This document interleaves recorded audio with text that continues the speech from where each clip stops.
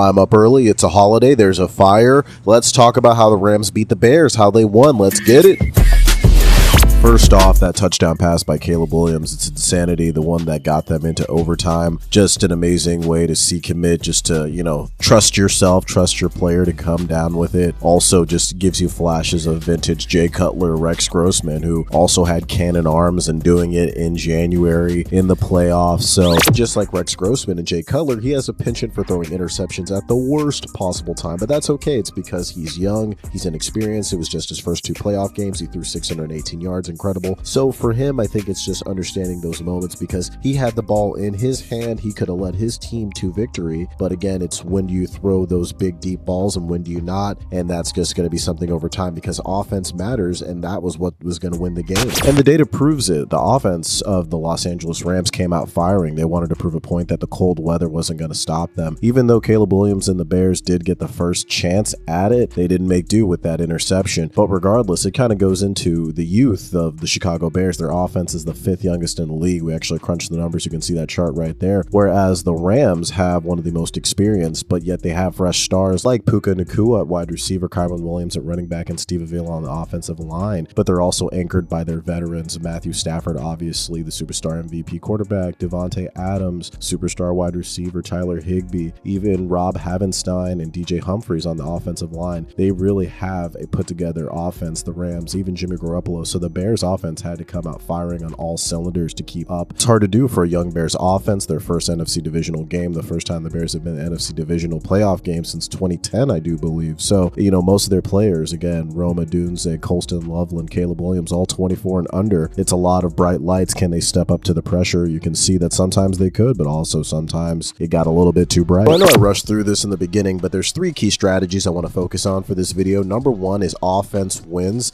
and it's especially crazy because the Bears outgained the number 1 scoring offense in the NFL this past 2024 season, which was the Los Angeles Rams, and the Bears outgained them by like 100+ yards, which is pretty impressive in rushing and on passing. So both sides of the offense came to play for the Bears, but it's just the Rams stepped up in key moments. And I think it's telling too, because I think people came into this thinking that both offenses were probably going to go run heavy. The on-field temperature was going to feel like 2 degrees, I do believe, Fahrenheit, which is crazy cold. So to be throwing it in the air when the ball feels like a rock is insane, especially with 2 quarterbacks with rocket arms like they have. But the Bears offense, especially the rushing side, stepped up. But regardless, the Rams defense is just so disciplined that the Bears offense had to beat them through the air because they weren't going to give it up on the ground, which actually neatly wraps into my 1A point, which is quarterback experience matters in the playoffs. Now, Caleb Williams has been fantastic against the Green Bay Packers, who really stepped up even though he had some headwinds. This game, he threw a couple interceptions that were probably very preventable, but I think it's the second interception that really stands out to me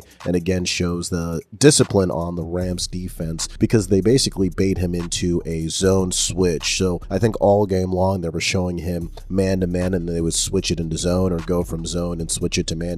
On that second interception, it's actually really visible when you see it here. I think it's kind of missed by the broadcaster. He's pointing out the route, but if you kind of look how they're set up, they're really kind of spread out on each receiver and each player, but in reality they're going to switch out to the zone, and it's crazy. There's actually really a bunch of space to Caleb Williams left, at least on the screen, and he has a running back and another receiver that he could throw to with acres of space, but because he's trying to force it down to number 10, that's where the interception kind of comes into. And again, it's like understanding that you didn't need to take that risk. You didn't need to trust your arm maybe that much and just go for the easier check down, but that's because he's not really scanning. He's not really looking to see the options because he probably isn't used to having a lot of time because the Bears are known for having really bad offensive line play recently, and I think he has PTSD from that still. Even though the Bears offensive line has stepped up massively this past year, you can see the improvement, but it's still just shown to statistically the Bears are very poor at keeping quarterbacks upright. And really just focusing on the interception, when you look at it, you see how rushed it was, how the decision was made just a really quick snap. There wasn't a feeling that there was time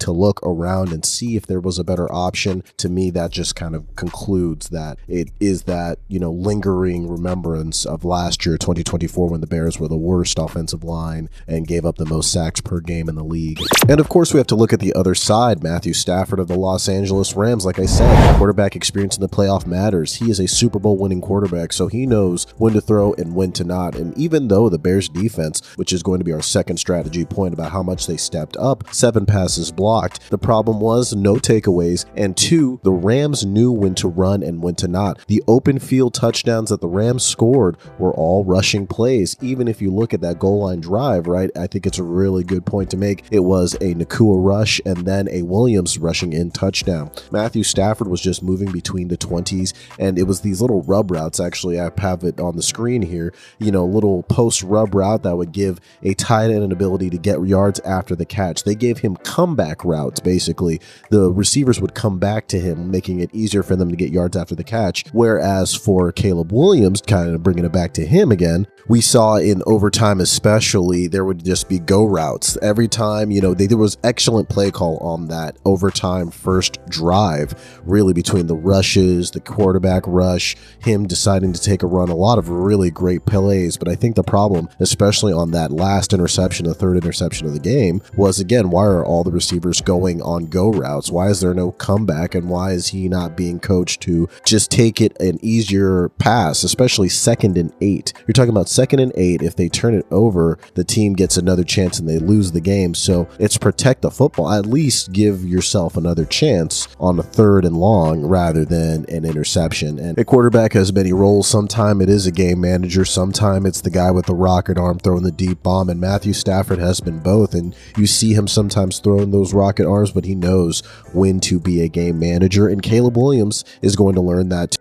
And this finally brings us back around to point number 2, and it's the Bears defense who made and unfortunately also broke this game, and it wasn't all their fault. They did everything they could. They held the number 1 offense coming into this 513 points in the 2025 regular season. The Los Angeles Rams, 30 points per game. They held that number 1 offense to 20 points per game. They had 7 passes defensed, 4 quarterback hits. They matched the Rams 1 for 1 on their defensive side. The only place that they didn't step up to was the takeaways, and that's the only thing with the Bears. And again, the Bears actually have the 7th oldest defense. It's a switched story. The Bears offense is the younger side, whereas the Bears defense is a bit more experienced. So they were more in a win mode now, and it's a lot of guys who are probably going to have to be replaced a little bit sooner, whereas the Rams defense is a little bit younger. They replaced that line that won them the Super Bowl a few years back, and they kind of souped themselves up. So it's harder with the Rams because the Rams can do that zone switch, right? They have but a second-year quarterback. They could do a few different stunts and, that zone to switch man, whereas with Matthew Stafford, you just can't do that with an experienced signal caller who knew that he just had to get between the sticks and then let his run game do the rest. And they stepped up and they did that, especially in overtime. I mean, it's a hard hand to be dealt. The defense literally did everything they could, and then Caleb Williams throws the interception, and all the Rams had to do was get a field goal. So they did what they could, but it's if it was a win for the Rams to get in field goal range because their offense is just so good, and get an easy field goal, it is what it is. But the Bears defense, again, massive improvement over the season, but against a veteran quarterback where quarterback play matters in the playoffs, we saw, the outcome. So yeah, on to point number 3. I think the last big factor to how the Rams were able to win this game is the weather. Ironically enough, it's in Chicago. Chicago got back-to-back games in their city. It was like 2 degrees on that field, just a classic cold January playoff day in Chicago. And it's honestly impressive that across 2 playoffs games in the winter of Chicago, Caleb Williams has thrown for 618 yards, and that is the second most by a Bears quarterback in a single postseason, just behind Jim McMahon's in 636 yards when they won the Super Bowl back in 1985. So great job on Caleb Williams stepping up, but that was the problem. The Bears were trying to throw and never made to run, and the Rams scored with rushing touchdowns where the Bears were reliant on Caleb Williams and his rocket arm, and that's a lot for a second-year quarterback. That weather goes into everything. If you actually look at the game, it truly was a defensive battle, and 4 sacks on both teams. You saw 3 interceptions. Defense wins and rushing gets you where you need to go in the cold weather. And unfortunately, with the Bears, all these years have been looking for a throwing type offense to kind of change their identity from being a run-heavy, defensive-minded team. But when they needed to be that the most, they really weren't able to do that, and that unfortunately cost them the game. And that's pretty much all we got. So thank you all so much for watching. Yeah. This Perspective Reports guy is making us think. Cool.